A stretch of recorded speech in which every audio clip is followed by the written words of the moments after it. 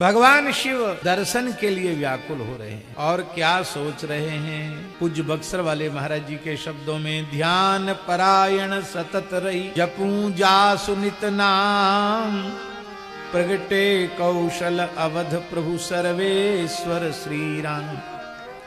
सर्वेश्वर श्री राम सुअवतारन अवतारी, खेलत जननी गोद सुदशरथ अजिर विहारी।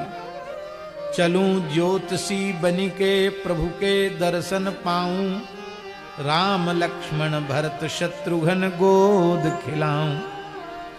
सहचर काग बुसुंडी हो तब पूरे मन काम, प्रगटे कौशल अवध प्रभु सर्वेश्वर श्री राम। एकदम 20-22 साल का जवान पंडित बन के जाऊंगा तो शायद कुछ ननुनच हो रनिवास में प्रवेश में, इसलिए एकदम वयोवृद्ध ज्योतिषी पंडित बन करके भोले बाबा वहां से चले। पूज्य धर्म संघ वाले गुरुजी कहते थे, बड़ा धोता बड़ा पोथा पंडिता पगड़ा बड़ा। कहते भाई ऐसे वैसे पंडितों से पंडित की वेशभूषा भी होनी चाहिए। बड़ा धोता है, धोती तो हमारे वृंदावन के व्यासों से पंडितों से सीखनी चाहिए। इतनी 4 अंगुलियां एक एक बिलांद की, एक एक बिलांद चौड़ी सुंदर किनार, उसमें छींट कसी हुई धोती में भी और चौबंदी में भी। क्या कपड़ा पहनना तो लगता है वृंदावन वालों ने ही सबको सिखाया है। इतना बढ़िया बढ़िया कपड़ा पहनते हैं। बूढ़ा ज्योतिषी बने हैं, बड़ा पोथा, और ज्यादा वृद्धावस्था होती तो भौं भी सफेद हो जाती है और भौनी बरौनी भी सफेद हो जाती है। तो भोले बाबा की भौं तो सफेद है ही, बरौनी भी सफेद हो रही हैं। और इतने वयोवृद्ध तपोधन दैवज्ञ ब्राह्मण का भला कहाँ रोक टोक है, कहाँ प्रवेश में निषेध है। वो तो सब जगह जा सकते हैं। इस स्वरूप में भगवान शिव वहां पधारे हैं। हमें स्मरण नहीं है गुजरात की बात है या कहाँ की बात है। एक चित्रकार के हाथ से बने हुए एक चित्र को हमने देखा। वो चित्र छवि आज भी हमारे नेत्रों से मन से टलती नहीं है। जैसे अवध आज आगमी एक आयो, ऐसे बूढ़े ब्राह्मण के रूप में शिवजी हैं और गोद में लाल जी को लिए हुए ऐसे नेह पूर्वक निहार रहे हैं कि क्या कहना। धन्य है उस चित्रकार को, दंडवत प्रणाम है उस चित्रकार को जिसने इतने भाव में भर करके चित्र बनाया। संग्राह्य चित्र है, ऐसा चित्र हमने देखा कहीं, स्मरण नहीं है, शायद गुजरात में कहीं देखा है। कर में लिहिले पोथी पतरा, बनवले शिवजी जतरा, से आई गई लेना, भोला भोला अवध नगरिया में आई गई लेना, भोला अवध नगरिया में आई गई लेना। कर में लिहिले पोथी पतरा, बनवले शिवजी जतरा, से आई गई लेना, भोला अवध नगरिया में आई गई लेना, भोला अवध नगरिया में आई गई लेना। लोग हमसे पूछेंगे आपका नाम क्या है, तो क्या कहेंगे? नाम तो बताना पड़ेगा। नाम आपन धैले पंडित शंकर दत्त शर्मा, नाम आपन धैले पंडित शंकर दत्त शर्मा, रेखा देख बहुतन के मिटावे लगली भरमा, देखा देख के लोगन के मिटावे लगले भरमा। खोजत रहले भोले बाबा, खोजत रहले भोले बाबा, मिलते कोई संगी तो बिटाए गए ना।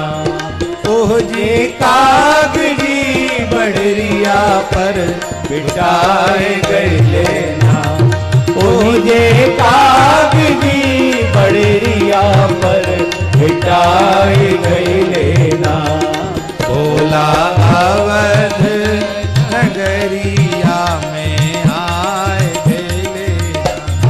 भोला अवध नगरिया में आए गए ना। वयोवृद्ध ज्योतिषी तो बन गए, लेकिन हमारे पहाड़ी बाबा महाराज कहते सिद्ध साधक का जोड़ा।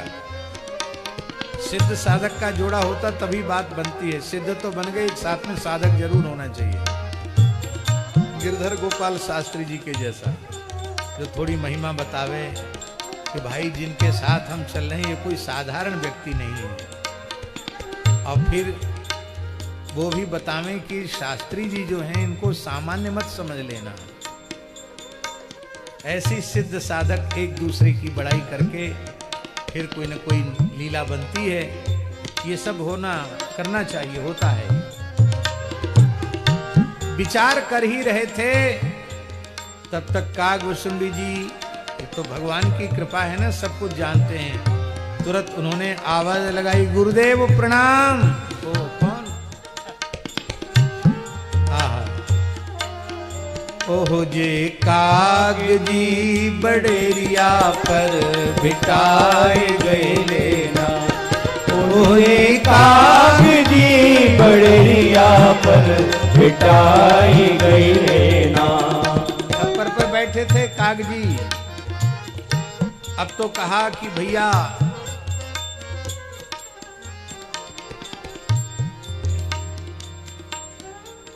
प्रभु आज तो आपने बड़ा विलक्षण स्वरूप धारण किया है गुरुजी। बोले हाँ, तो कैसे कृपा हुई है आज अवध पर, अवधवासियों पर? प्रभु ने कहा, महादेव जी ने कहा कि अपने आराध्य इष्ट के शिष्य रूप में दर्शन करने की व्याकुलता है, उसको करना चाहता हूं। और देखो एक नियम है, बहुत सुंदर प्रसाद मिले तो अकेले अकेले नहीं खाना चाहिए, बांट कर खाना चाहिए। तो इतना सुंदर जो दर्शन का प्रसाद मिलेगा उसका हम अकेले आस्वादन करें ये उचित नहीं है। इसलिए हम आपको भी साथ रखना चाहते हैं। हाँ, मैं ज्योतिषी बना हूं तो तुम बालक बन जाओ।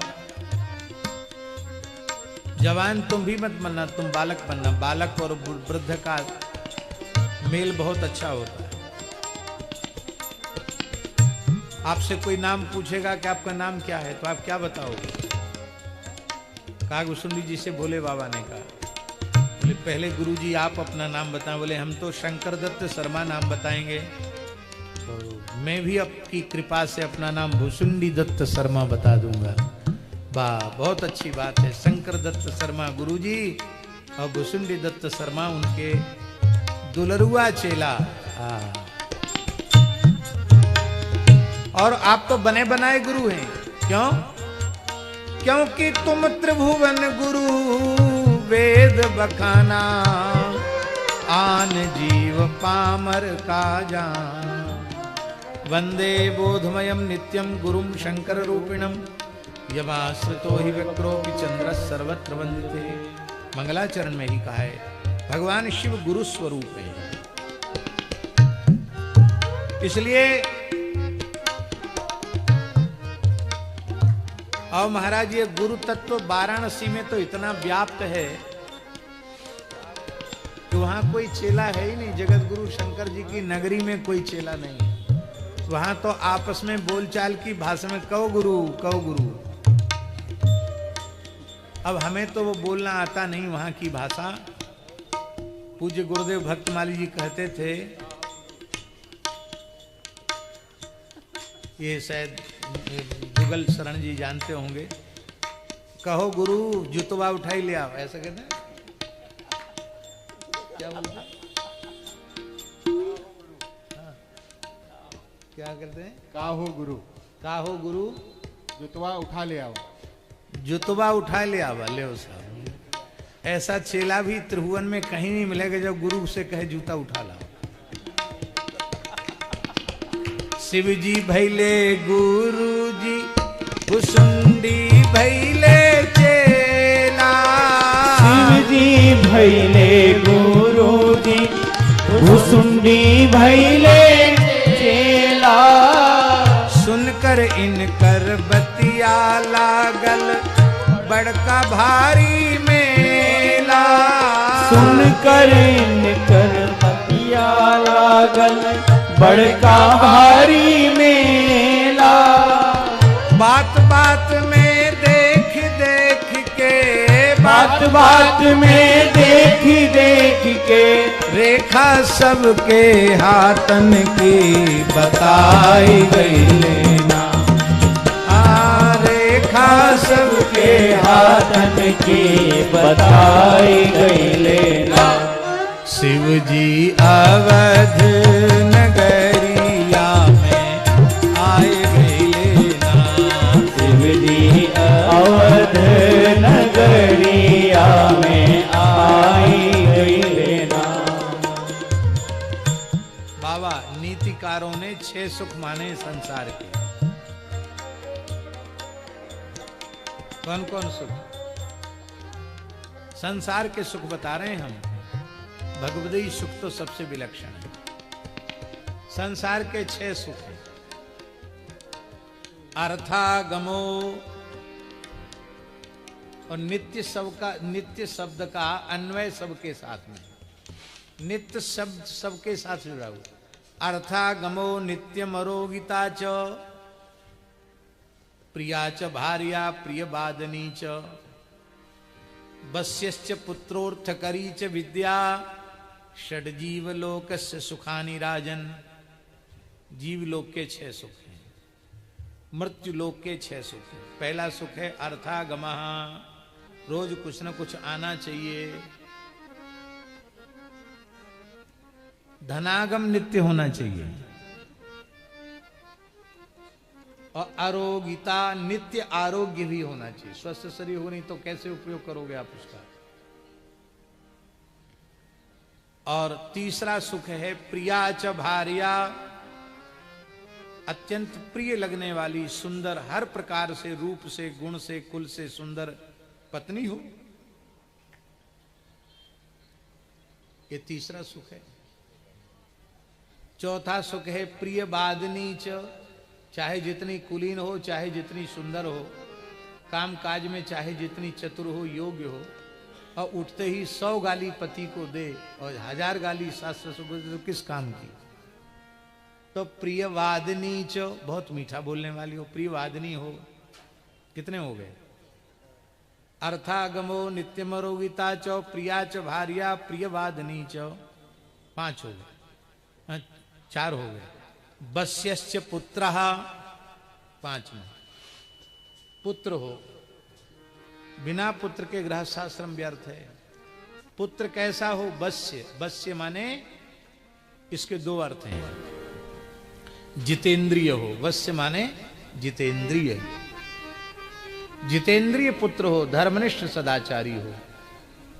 और दूसरा अर्थ है वश्य का, माता पिता गुरु के अधीन हो, मनमाना स्वभाव वाला न हो, उच्छृंखल वृत्ति वाला न हो, माता पिता गुरु के सदा अधीन रह करके कार्य करने वाला। वश्यश्च पुत्र, उनका आज्ञावर्ती हो। ये 5 सुख हो गए। और छठा सुख है क्या? छठा सुख है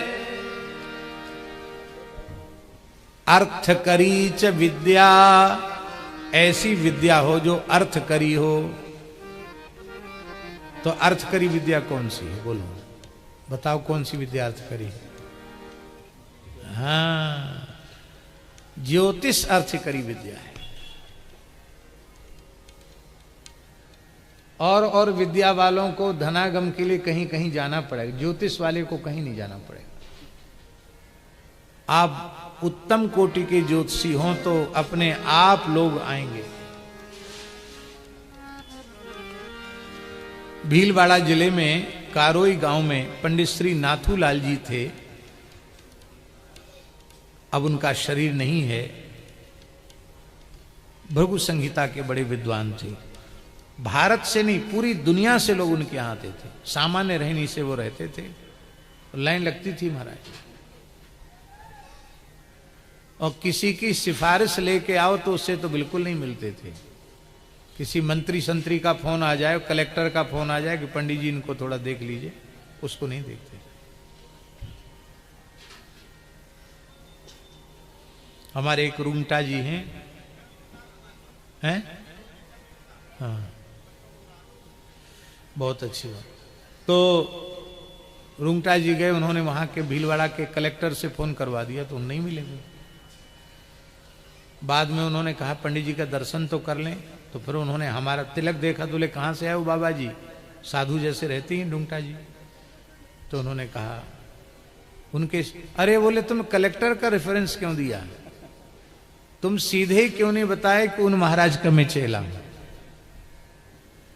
और हमारा नाम लेके कोई जाता, किसी समय जाता, सैकड़ों आदमियों को छोड़ के उससे मिलते। पता नहीं कितना स्नेह था उनका, बड़ा अद्भुत। तो ऐसा विलक्षण ज्योतिष था उनका, पंडित जी का, कि पूर्व राष्ट्रपति रह चुकी ना प्रतिभा पाटिल, वो राज्यपाल थी और उनका राष्ट्रपति बनने का कुछ था कि वो टिकट पे खड़ी होंगी। तो उनको लगता था कि मैं शायद जीतूंगी नहीं। तो इस तरह से चुनाव के समय प्रायः ज्योतिषियों के पास चुनाव लड़ने वाले लोग जाते हैं। तो वो पंडित जी के पास प्रतिभा पाटिल गई। वो ऐसा विलक्षण उनका ज्योतिष था महाराज कि कई बार तो वो पुस्तक नहीं देखते, हाथ कुछ नहीं देखते, अपने आप उनको पता चल जाता कि व्यक्ति क्या पूछने आया है। तो प्रतिभा पाटिल को देख के बोले कुछ बोलो मत, बैठो। और उठ के गए, एक छोटी तस्तरी में रोली अक्षत और एक नारियल लेके आए, तिलक किया, अक्षत लगाया, हाथ में नारियल देके कहा बना दिया राष्ट्रपति, जाओ। क्या कहा? बना दिया राष्ट्रपति, जाओ। उसको बेचारी को इतनी भी श्रद्धा विश्वास नहीं हुआ, ना हमारी कुंडली देखी, ना मेरा हाथ देखा, ना कोई पोथी पत्रा उल्टे, और सीधे तिलक कर दिया। लेकिन ये तो चमत्कार की बात है, इन्हें कैसे पता चला कि मैं राष्ट्रपति चुनाव में खड़ी होने वाली हैं? तो जरूर कुछ चमत्कारी। वो चली गई, राष्ट्रपति बन गई।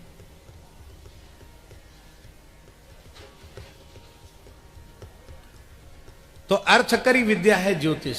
बस बात यह है कि ज्योतिष में तपबल इष्टबल आवश्यक है, खाली पोथी के ज्ञान से काम नहीं चलता।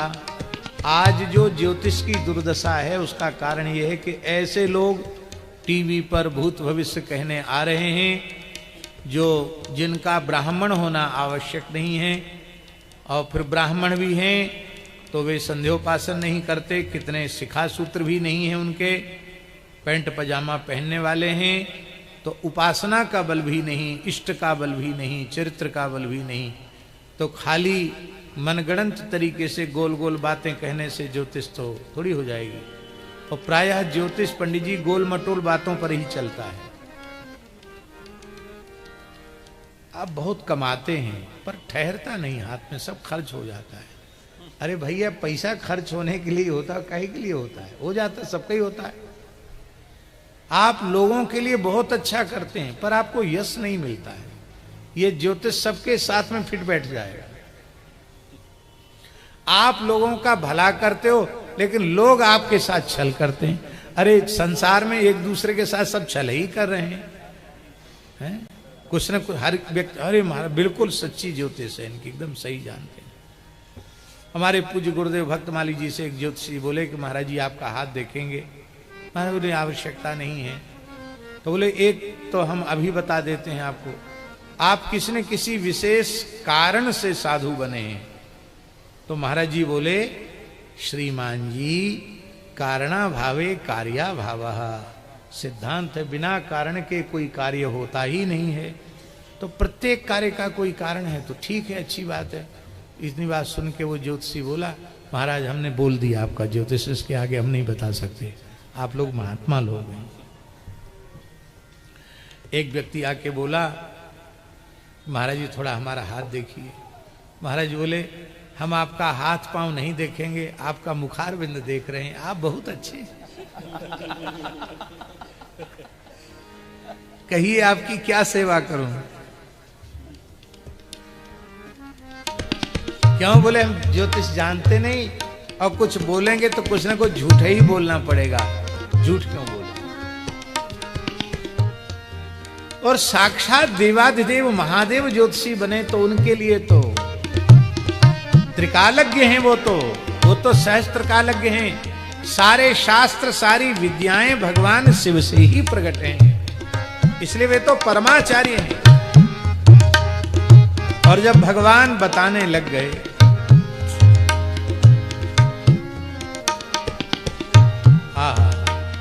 गोस्वामी जी कहते हैं, अवध आज आगमीक आयो, काल निरखी कहत सब गुणगन गुणगन, बहुते परिचो पायो। अवध आज आगमीक आयो। और भोले बाबा ऐसी जगह बैठ गए, लोग सरयू स्नान कर करके अपनी ओर जा रहे थे। ऐसी जगह बैठना चाहिए जहां लोगों का ध्यानाकर्षण हो। और बताने लग गए। अब तो हल्ला मच गया कि कोई बड़े भारी ज्योतिषी आए हैं। भुषुंडी दत्त शर्मा जी ने धीरे से गुरुजी से कहा, इस सब का बता रहे हो और सब सही सही निकल रहा है, सब जय जयकार कर रहे हैं, पर इन लोगों को, इन टुटपुंजियों को बताने से कोई काम सिद्ध होने वाला नहीं है। ये सब ऐरू गैरू नत्थु खैरू हैं, इनको बताने से काम नहीं चलेगा। तब किसको किसका भूत भविष्य बतावें? अरे वो आ रही है ना स्थूल काया, कुछ बड़ी सी आयु की, जो एक बंगाली कहते ना भद्र महिला, भद्र महिला आ रही है ना, वो श्री कौशल्या जी की प्रधान दासी हैं। उनके नीचे ही सब दासियां काम करती हैं, उनका सर्वत्र प्रवेश है और वो श्री कौशल्या जी की विश्वास पात्रा हैं और उनकी स्नेह भाजना है। अच्छा, तो इनका यदि ज्योतिष आप बताएंगे तो जल्दी से राजमहल में प्रवेश हो जाएगा। और यही तो आपका अभीष्ट है। तो भोले बाबा बोले, सुनो सुनो माई इधर आओ। क्या? तुम्हारी भाग्य रेखा बड़ी अद्भुत है। महाराज मैं तो अभी, मैंने चलते फिरते मैंने देख लिया, तुम्हारी भाग्य रेखा बड़ी अद्भुत है। कहा पंडित जी कुछ जानते हो क्या? बोले हाँ जरूर जानता हूं। हाथ फैलाए, बताओ पंडित जी कुछ। बोले तुम्हारा संबंध राज दरबार से होना चाहिए। बिल्कुल ठीक कह रहे हो महाशय, आप बड़े भारी ज्योतिषी हैं, राजमहल की मैं प्रधान दासी हूं। अच्छा अच्छा, आप कैसे समझ गए? आप कैसे समझ गए?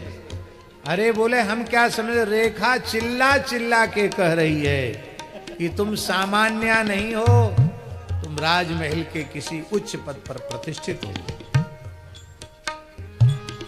और राज दरबार में तो बहुत से लोगों का संबंध होता है, पर तुम वहां की सबसे अधिक सम्मानिता हो, तुम्हारा सम्मान बहुत अधिक होता है। यह सुनकर बेचारी दासी की आंख भर आई। बोली हाँ महाराज ठीक कहते हो, महारानी कौशल्या जी मुझे बहुत लाड़ दुलार करती हैं, बहुत स्नेह करती हैं, सबसे ज्यादा हमको ही मानती है। अच्छा थोड़ा इधर दिखाना। ओ, आपकी रेखा बता रही कि कुछ दिन पहले आपको इतनी संपत्ति मिली है, इतनी संपत्ति मिली है कि 7 पीढ़ी नहीं 700 पीढ़ी बैठे बैठे खाए तो खत्म नहीं हो। जन्म के समय दिया है ना? हाँ महाराज बिल्कुल ठीक है। दशरथ जी के लाला हुए थे, इतना दिया कि सैकड़ों पीढ़ी भी हमारी कुछ न करें तो भी किसी के सामने हाथ पसारना नहीं पड़ेगा। अरे भाई ये तो बहुत ही चमत्कारी ज्योतिषी हैं, बहुत अच्छे ज्योतिषी हैं। और लेकिन एक बात है, एक रेखा थोड़ी सी तुम्हारी गड़बड़ है। क्या गड़बड़ है? बोले तुम्हारे जो दूल्हा है ना वो निकम्मे हैं। माताएं बैठी हैं, उनको बड़ा प्रिय लगेगा ऐसा कोई कह दे कि तुम बहुत काम वाली हो, तो तुम्हारे पतिदेव थोड़े आलसी हैं, प्रमादी हैं, निकम्मे हैं, तो उनको लगता है कि वाह बहुत अच्छा, एकदम ठीक कहते, कुछ नहीं करते, खाली जवान हिलाते हैं, आदेश चलाते हैं। वो थोड़े आलसी हैं, निकम्मे हैं, तुम्हारी कमाई पर भरोसा ज्यादा रखते हैं, खुद ज्यादा कुछ कमाते धमाते नहीं है। हाँ महाराज बिल्कुल ठीक कहते, इसी बात का तो रोना है, लेकिन चलो कोई बात नहीं। पतिव्रता नारियों के लिए पति परमेश्वर होता है, यही मान करके मैं गुजर बसर कर रही हूँ। हाँ यही ठीक है, तुम सभ्य हो ना, बहुत अच्छी बात है, बहुत बढ़िया।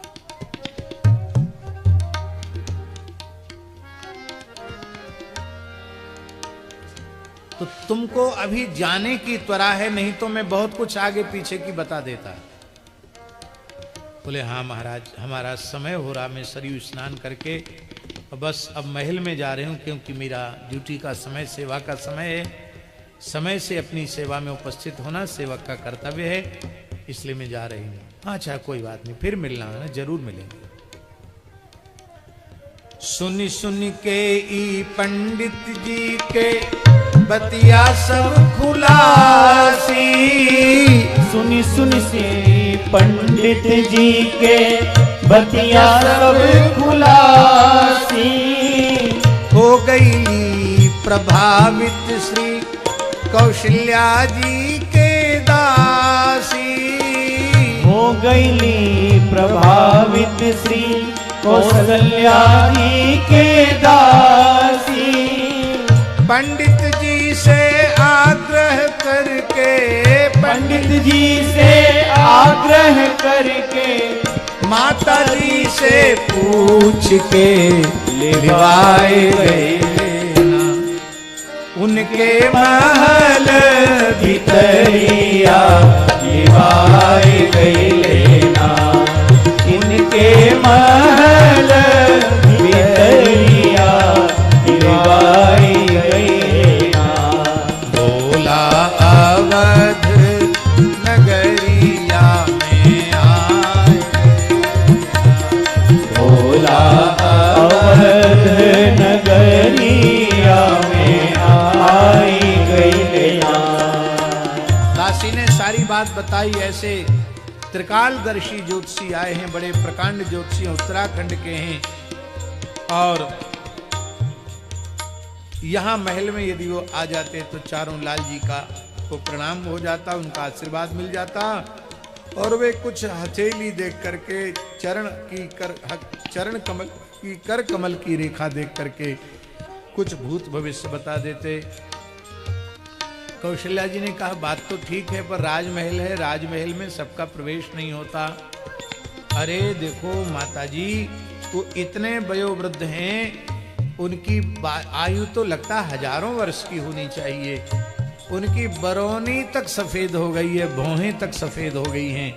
अब उनके साथ एक बालक है, बहुत चुलबुला है, बहुत चतुर है, एकदम छोटा बच्चा है, देखकर बहुत वात्सल्य उमड़ता है। वाह, तब तो बहुत अच्छी बात है, बालक वृद्ध दोनों रनिवास में आ सकते हैं। वयोवृद्ध ज्ञान वृद्ध अनुभव वृद्ध पंडित हैं, इतनी है अधिक आयु की भौं तक सफेद है, बेश है पवित्र मन वाणी है पुनीत अति, चित्त में है शांति कोई भ्रांति है ना भेद। सत्य सत्य सब कहें और प्रतिपल में कुछ ना चाहें, डूबे डूबे रहे मिटे सबके मन के खेद। अद्भुत अद्वितीय पंडित शंकर दत्त शर्मा, जिनके हृदय में उपस्थित सारे वेद उपवेद हैं, ऐसे विलक्षण आए हैं। पंडित जी से आग्रह करके, हाँ पंडित जी से आग्रह करके, माता जी से पूछ के ले आए गई लेना, उनके महल भीतरिया ले आए गई लेना, उनके महल नगरिया ले आए गई लेना। अब तो गुरु चेला दोनों भीतर अंगना में गई ले, गुरु चेला दोनों भीतर अंगना में गई ले, भोजन जल पान भैल ठाट से पुजैले, भोजन जल पान भैले ठाठ से पुजवले, राम लक्ष्मण भरत शत्रुघ्न, राम लक्ष्मण भरत शत्रुघ्न, मैया लोग के गोदी चढ़ी चढ़ी आई गई लेना, मैया लोग के गोदी चढ़ी चढ़ी आई गई लेना, चारों भोला के नजरिया में आए गई लेना, चारों भोला के नजरिया में आई गई लेना। अवध आज आगमी इक आयो, करतल निरखी कहत सब गुणगन बहुतन परिचय पायो, बूढ़ो बढ़ो प्रमाणिक ब्राह्मण शंकर नाम सुहायो, संग शिशु शिष्य सुनत कौशल्या भीतर भवन बुलायो, पाय पखारी पूज दियो आसन असन बसन पहिरायो, मेले चरण चारु चारों सुत माथे हाथ दिवायो, नख सिख बाल बिलोक विप्रतन पुलक नयन जल छायो, ले ले गोद कमल कर निरखत उर प्रमोद न अमायो, अवध आज आगमी इक आयो। गोस्वामी जी के शब्दों में तीनों मैया जुट के चारों लालन के दिखवली, तीनों मैया जुट के चारों लालन के दिखवली, बबुआ लोग के मस्तक इनका चरण पर ठिकवली, लोग के मस्तक इनका चरण पर ठिकवली, प्रभु के करत प्रणाम देख के, प्रभु के करत प्रणाम देख के, भोला बाबा मन ही मन घबराए गई लेना, भोले बाबा मन ही मन घबराए गई लेना, बाबा विश्वनाथ अब डरिया कछु लजाए गई लेना, बाबा विश्वनाथ अब डरिया कछु लजाए गई लेना, भोला अवध नगरिया में आए गए लेना, भोला अवध नगरिया में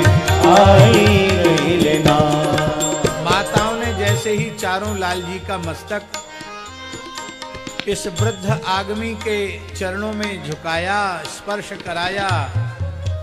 शंकर जी बोले, लो ये तो बढ़िया बात हुई। एक कहावत है, कोई चौवे बैठे हों तो बुरा मत मानना, ये तो कहावत है कि चौवे गए छब्बे बनने और बन के आए दुबे। ये विनोद में बोल रहे हैं, दुबे और चौवे की ये परिभाषा नहीं है, पर एक भोले भाले चौवे थे, उनके मन में आया 4 वेद के ज्ञान से तो चौवे हो गए, 2 और पढ़ लें काशी में जाके तो सब तो चौवे होंगे, हम 26 हो जाएंगे।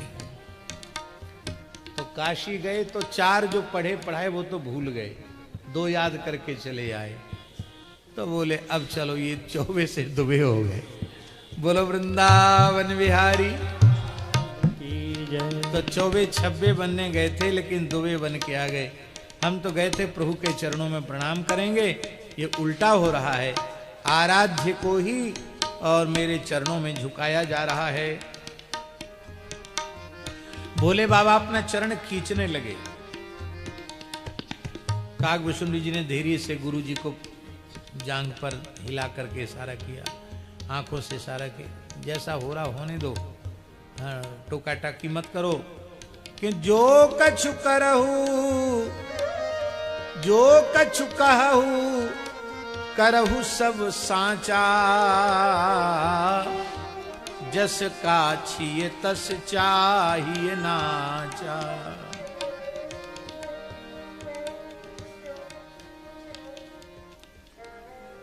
एक बात हमें याद आती है,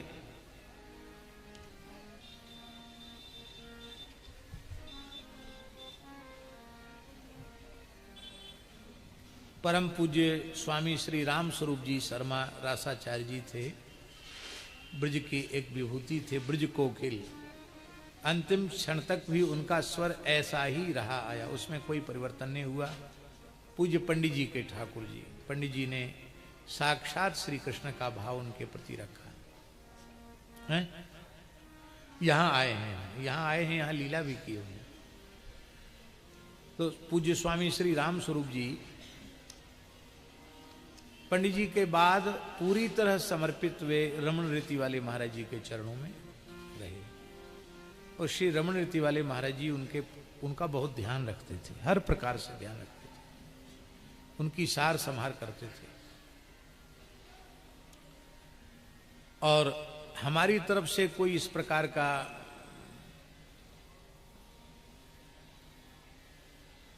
व्यवहार नहीं था, पर पता नहीं क्या कारण था कि वे हमसे बहुत अधिक स्नेह करते थे। स्वामी श्री राम स्वरूप जी शर्मा जी इतना स्नेह करते थे कि उनको पता लग जाए कि मैं वृंदावन मलुक पीठ में हूं, तो जबकि वो विधायक थे उस समय भी अपना काम छोड़कर वो हमारे पास आ जाते थे। और आ गए तो मतलब ये नहीं कि 10 मिनट 15, तो सब आ जाता था समझ में कि अब 2-3 घंटे के लिए वो आ गए, उससे पहले नहीं जाते थे। हम कभी किसी कार्य में वैसे तो बाबा हम तो तोते मिलवे आमे और तू इधर उधर प्रपंच में परे रहे, बाबा हम तो बस आप ते बतराए हुए हमें, ऐसे बोलते। हाँ। और हमने उनसे विशेष आग्रह नहीं किया, पर उन्होंने मलुक पीठ आकर के मलुकदास जी के कतिपय पदों का गायन किया। पता नहीं वो सुरक्षित हैं कि नहीं। स्वामी राम स्वरूप जी ने मलुकदास जी के कतिपय पदों का गायन किया, 25-30 पदों का गायन उन्होंने किया। आते थे तो प्रसाद भी वहीं मलुक पीठ में ही पा लेते थे, बहुत स्नेह करते। तो एक बार उनका संदेश हमारे पास आया, लीला चल रही थी उनके पंडाल में, स्वामी राम स्वरूप जी के पंडाल में। तो बोले श्रावण पूर्णिमा पर प्रतिवर्ष ठाकुर जी को राखी बांधने के लिए रमण रीति वाले महाराज जी शांडिल्य जी के रूप में आते, मैंने शांडिल्य जी के भाव से। पुरोहित जी तो राखी बांधेंगे, गर्गाचार्य जी शांडिल्य जी, और वो किसी कारणवश आने में असमर्थ हैं, तो आपको ही राखी बांधनी है। हमने कहा ठीक है, आ जाएंगे हम ठाकुर जी को लीला में राखी बांधने के लिए, मंत्र पढ़ के आपको रक्षा सूत्र बांधना है। तो आते ही उन्होंने क्या कहा, बोले बाबा दंडौत मत करियो। हमने कहा क्यों भाई, ठाकुर जी के सामने आके दंडौत न करना एक अपराध है, दंडित क्यों ना करें। बोले तुम भगत बन के ना आए ना संत बन के आए, तुम गुरु बन के आए ठाकुर जी के। तो गुरु जी दंडौत करेंगे तो सबरी लीला बिगड़ जाएगी। तुम तो आशीर्वाद देना, दीर्घायुर्भव श्रीमान भव यशस्वी भव, आशीर्वाद देना। क्यों? बोले जस काछिए तस चाहिए नाचा, जब बने हो तो उसी के अनुसार लीला करनी पड़ेगी। ये पूज्य मामा महाराज जी में भी ये विशेषता थी, वो पात्रों को चुन लेते थे। ये जो पंचकोशी परिक्रमा होती है बक्सर की, 5 दिन में होती है, तो उसका सुंदर स्वरूप पूज्य महाराज जी के द्वारा ही व्यवस्थित किया गया। और 5 जगह जगह जगह लीलाएं हुई। नदाओं में भी नदाओं में लीला, नदाओं की लीला की बात बता रहे हैं। नदाओं जहां नारद जी का स्मृति है वहां लीला हुई। तो अपने राम आए थे, माता जी का साकेत उत्सव चल रहा था पांडे पट्टी में, हम कथा कहने जाते थे, रुके यहीं थे, कथा कहने वहां जाते थे। और शाम को फिर लीला जहां होती थी लीला दर्शन करने जाते थे। तो सवेरे सवेरे हम संध्योपासन किए ही थे बस, और सवेरे सवेरे मदन बाबा पहुंचे, बोले महाराज जी याद कर रहे हैं। दौड़े, हम गए तो महाराज जी तिलक स्वरूप भी नहीं किए थे, कुछ चश्मा लगाए हुए लिखा पढ़ी कर रहे थे। वो तो सेवा में ही लगे रहते थे। तो हमसे बोले भैया रात में जग करके ये नाटक आज का ताजा ताजा तैयार किया है, अब इसमें पात्रों को, या संस्कृत की कुछ बात ज़्यादा है तो इसमें पात्रों के चयन में बड़ी समस्या है, इतने जल्दी पात्र कौन बनेगा। तो हमने कहा महाराज जी कहिए क्या बात, क्या करें फिर। बोले देखो ऐसा है, नारद तो नरहरि दास जी को बना देंगे, और बोले आप तो कथा व्यास ही हैं, आपको व्यास जी बना देंगे। अब ज्यादा कुछ बदलना नहीं है। बोले अचला तो आप पहने हुए हैं, बस थोड़ा कमंडल मंडल हाथ में ले लेना, लीला में कुछ तो लगे कि लीला के स्वरूप हैं, तो थोड़ा सा कुछ श्रृंगार बदला जाएगा, बाकी तो वैसे ही ठीक है, आप व्यासी हो जाएंगे। और ये गए थे हमारे साथ दंडोत करने, इनकी ओर देखी, दीनबंधु दास की ओर देखा, बोले ये ब्रह्मा जी बन जाएंगे। तो तीनों पात्रों का चयन वहीं हो गया, कौन नारद बनेगा, कौन व्यास बनेगा, कौन ब्रह्मा जी बनेंगे। हमसे बोले कि आपको कुछ लीला का, अभिनय का कुछ है। हमने कहा महाराज जी हमने कभी लीला में, नाटक में कोई सेवा नहीं की है।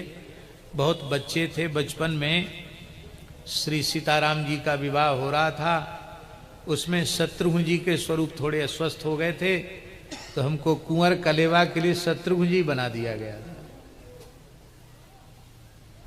तो हम लड़ुआ कचौड़ी खाने के लिए, मिठाई खाने के लिए थोड़ी देर के लिए शत्रुघ्न जी बने थे। उसमें पाठ वाठ कुछ देना था नहीं, इसलिए अरे बोले आपको अलग से कुछ पाठ थोड़ी तैयार करना पड़ेगा, इसको एक नजर देख लीजिए। अब फिर अभिनय हुआ, मामा जी देखने वाले। तो पहला दृश्य हुआ कि नारद जी ब्रह्मलोक में ब्रह्मा जी के दरबार में उपस्थित हैं, और ब्रह्मा जी ध्यान की मुद्रा में बैठे हैं। ये सामने यही ब्रह्मा जी बने थे। बोले थोड़ी सफेद दाढ़ी लगानी ही पड़ेगी, सफेद लंबी दाढ़ी लगा लिए। बोले ब्रह्मा जी बैठे हैं ध्यान में। अब शायद नारद जी भूल गए कि क्या कहना है, यही बात है ना। तो इन्होंने अपनी ओर से कहा, कहो वत्स नारद, तुम कुछ पूछना चाहते हो कि जिज्ञासा तुम्हारे मन में है संकोच मत करो, अपने मन की बात कहो। तब उनको याद आया कि मुझे क्या पाठ बोलना है। तब उन्होंने कहा कि हे पिताजी, आप ही जगत के सृष्टि के मूल हैं, कर्ता हैं, फिर आप नेत्र बंद करके किसका ध्यान कर रहे थे? तो ये जब अभिनय सब पूरा हुआ, हमने तो व्यास जी वाला अभिनय किया। इसके बाद जब अभिनय पूरा हुआ तो दीनबंधु दास ने जब प्रणाम किया तो 2 घूंसा, वो ज्यादा प्रसन्न होते थे तो यही पुरस्कार देते थे। 2 घूंसा जमाए पीठ पर, बोले वाह भैया, यही पात्र में नाटक के समय यही होना चाहिए कि बात को कैसे भी बिगड़ने न दे, बना ले। बोलो भक्तवत्सल भगवान की जय। भगवान की सब प्रकार की सेवा, यदि एक जगह उसकी निपुणता का दर्शन करना हो तो वे पूज्य पाद श्री बक्सर वाले महाराज जी। आहा, मकारार्थो जीव सकल विधि कैंकर्य निपुणा। एक बार अपने राम गोरेदाऊ जी में 5 नंबर कुटिया में गए तो महाराज जी ऊपर वाली छत पर बैठे थे। सर्दियों का समय था, रामानंद जयंती का अवसर था। तो वो दाढ़ी मूछ बना रहे थे लीला के, कहां कहां से सब सामग्री ला करके मूछ और दाढ़ी बड़े बड़े अच्छे ढंग से बना रहे थे। हम क्षमा करते हुए गए, दर्शन किया तो हमसे बोले अब बैठे बैठे क्या करें? तो लीला के लिए ये दाढ़ी मूछ बना रहे महात्माओं के लिए, कोई लाल रंग की, कोई पीले रंग की, जैसे उसमें आते हैं सब सामग्री मंगा के।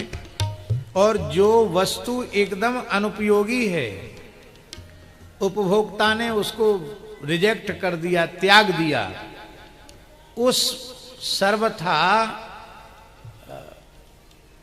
किसी काम की जो वस्तु नहीं रह गई है, उस वस्तु पर भी यदि पूज्य महाराज जी की नजर पड़ गई तो उस वस्तु को वो श्री सीताराम जी के विवाह की सेवा का उपकरण बना देते थे।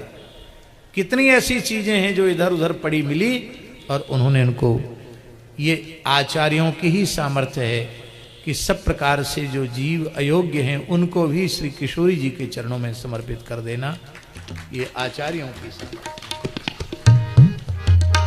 हम लोग बड़े भाग्यशाली हैं जिन लोगों ने उनका मंगलमय दर्शन किया, उनकी वाणी का श्रवण किया, उनके श्री चरण कमल का स्पर्श किया, उनका चरणामृत, उनका अधरामृत लिया, वे भाग्यशाली हैं।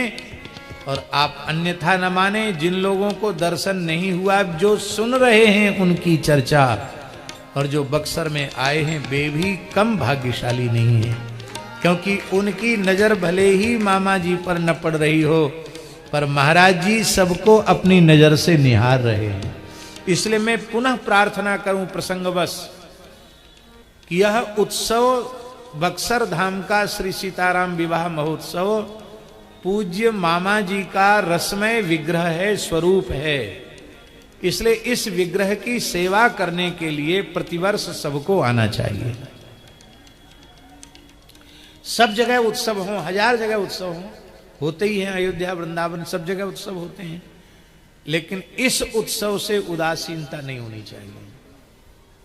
बहुत से लोग ऐसा कहते हैं, हमको तो महाराज जी से मतलब था, महाराज जी नहीं है तो हमको कोई लेना देना नहीं। अरे भाई, महाराज जी नहीं है, यदि ऐसी भावना आपके मन में आ रही है तो निश्चित ही आपने महाराज जी को समझा ही नहीं। महाराज जी, दास बहुत विनम्रता से निवेदन कर रहा है, दास के लिए ऐसा समझिए कि अंतिम आदेश बक्सर के लिए यही था, क्योंकि जब यहां विवाह उत्सव में आए थे, यहां से जा रहे थे, और उसके बाद फिर वृंदावन में महाराज जी की कथा थी, उसके बाद फिर करह गए, और उसके बाद लीला हो गई। तो यहां जब हमने प्रणाम किया महाराज जी को, भंडारी जी भी हमारे साथ थे, तो महाराज जी ने बड़े स्नेहपूर्वक कहा, भैया ये उत्सव की बगिया संतों के द्वारा लगाई हुई है, इसको सींचते रहना। बिल्कुल जो शब्द हम वही दोहरा रहे हैं, भैया ये बगिया श्री सीताराम विवाह महोत्सव की संतों के द्वारा लगाई गई है, इसको सींचते रहना। हम तो कहां सींच सकते हैं, हम किसी प्रकार से उपयोगी नहीं हैं, लेकिन फिर भी पूज्य महाराज जी के उस वचन का स्मरण करके कोई अपरिहार्य कारण हो जाए शारीरिक इस प्रकार का कि हम किसी विशेष परिस्थिति में ना आ पावे, वो बात अलग है। लेकिन तनिक भी शरीर में सामर्थ्य हो और भगवान योग बनावे तो हमारा भाव यह अवश्य रहता है कि प्रतिवर्ष श्री सीताराम विवाह महोत्सव में बक्सर में अवश्य आना ही है और सबको आना चाहिए, आना भी चाहिए और सबको सेवा भी करनी चाहिए। पूज्य महाराज जी कहते थे, पूछते थे बक्सर वाले महाराज जी, जो उत्सव के पहले से आकर के सेवा में लग जाए उस पर बड़े प्रसन्न होते थे, और जो ठीक उत्सव के समय में आए तो क्या कहते थे, बोलो क्या कहते थे? कहते थे मेहमान बन के आओगे कि सेवा करने उत्सव में, कहते थे कि नहीं कहते थे? तो मेहमान बन के नहीं आना है, यहां सेवा करने आना है, तन से मन से धन से वचन से, जो जिसको जिस लायक भगवान ने बनाया है सबको यहां आकर सेवा करनी चाहिए। बाकी सब कार्य श्री महाराज जी के संकल्प से, श्री किशोरी जी की कृपा से चला है। इसमें दास की यह भावना है, कोई व्यक्ति अपने को निमित्त मानता है तो यह भी उसकी भूल है। वर्ता सर्वेश्वरी श्री किशोरी जी हैं, श्री महाराज जी हैं, श्री खाकी बाबा सरकार हैं, वो सब कर रहे हैं। हम लोगों को तो प्रसाद पाने का सौभाग्य यहाँ मिल रहा है, यहाँ निवास का सौभाग्य मिल रहा है, यही हम लोगों के सौभाग्य की बात है। बोलो भक्त वत्सल भगवान की जय। खींचे लगले गोड़ पीछे शंकर जी सकुचा के, चल लगले गोड़ पीछे शंकर जी सकुचा के, काग बुसुंडी कहले तब इशारा से समझाए के, काग बुसुंडी कहले तब इशारा से समझा के, भेष बनवली पंडित जी के, भेष बनवली पंडित जी के, तो दीनी आशीर्वादी नहीं तो आए गए लेना। हाँ भेष बनवली पंडित जी तो दीनी आशीर्वादी ना तो आए गए लेना। राउर भेद खुले के अवसर गुरु जी आए गए लेना। राउर भेद खुले के अवसर अब तक आए गए ना। भोला अवध नगरिया के आए गए लेना। भोला अवध नगरिया में आई गई लेना। चेला के सलाह गुरु गंभीर हो के लिए ले, चेला के सलाह गुरु गंभीर हो के लिहले, काछ ऐसन नाच ऊपर ध्यान झट से दिहले। काछ ऐसन नाच झट से ध्यान से धैले, मन ही मन में प्रभु के चरण प्रणाम निवेदन कई के झड़ी लगाए लेना। बचन से खुल के आशीर्वादी की लगाए लेना। बचन से खुल के आशीर्वादी झड़ी लगाए लेना। भोला अवध नगरिया में आए गए लेना। भोला अवध नगरिया में आई गई लेना। अब भोले बाबा आशीर्वाद दे रहे हैं चारों लाल जी के। जिया बबुआ नी के रहा सुयस जगत में जागे। जिया बबुआनी के राह सुयस जगत में जागे। चिरंजीव हो चारों बबुआ सुयस जगत में जागे। चिरंजीव हो चारों बबुआ सुयस जगत में जागे। मंगल और कल्याण होके नजर गुजर ना लागे। मंगल और कल्याण होके नजर गुजर ना लागे। इस आशीर्वाद को सुनकर माताएं प्रसन्न तो हुई, पर अति प्रसन्न, परम प्रसन्न तब हुई जब बाबा ने कहा, दुनिया ऊपर दुल्हन मिले, दुनिया ऊपर दुल्हन मिले। सुन के आशीर्वादी उलसाई गई लेना। चारों भैया और मैया के उलसाई गई लेना। बोला अवध नगरिया में आई गई लेना। बोला अवध नगरिया में आई गई लेना। माता जी ने कहा, हमने सुना है आप हस्तरेखा विशेषज्ञ हैं। माता जी बोली, आप थोड़ा हमारे चारों लाल जी का कुछ भूत भविष्य बतावें।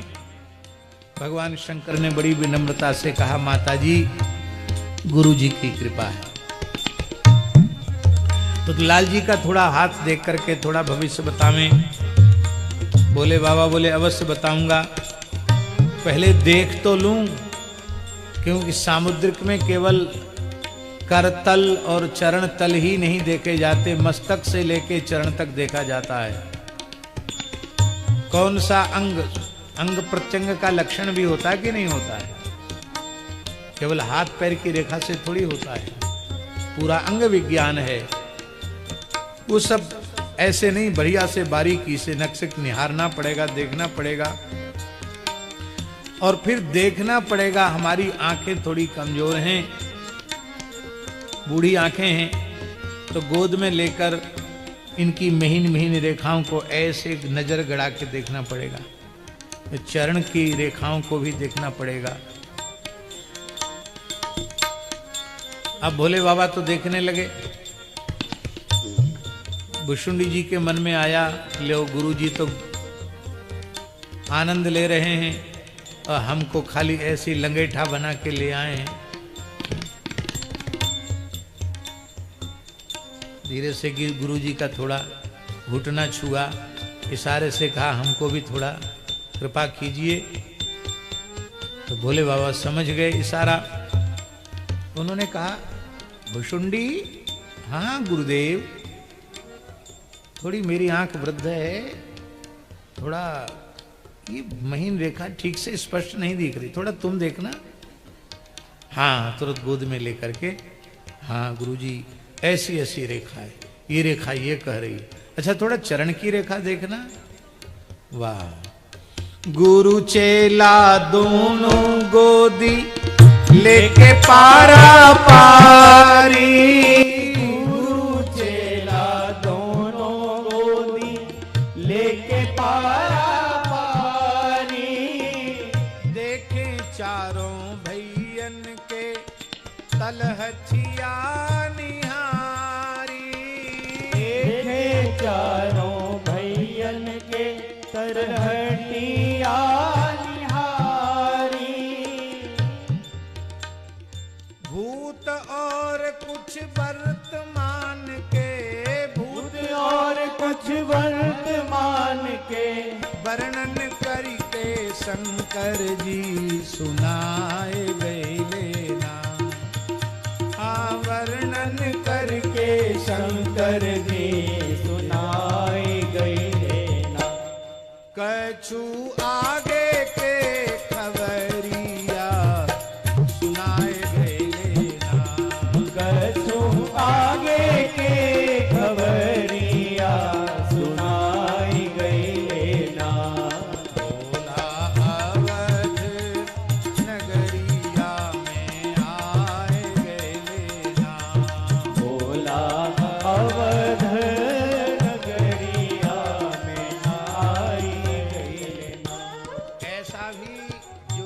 ज्ञान है, अभी भी इस प्रकार के विद्वान हैं कि आपको अपनी जन्म की तिथि मालूम नहीं है, जन्म का महीना मालूम नहीं है, समय मालूम नहीं है। केवल उनके सामने आप दोनों अपने करतल कीजिए और वो तुरंत गणित करके बता देंगे आपका इस संवत में, इस महीने में, इस पक्ष में, इस तिथि को, इस दिन में इतने बजकर इतने मिनट पर आपका जन्म हुआ, और पूरी कुंडली बनाकर धर देंगे। और वो 100% सत्य निकलता है। ऐसा है।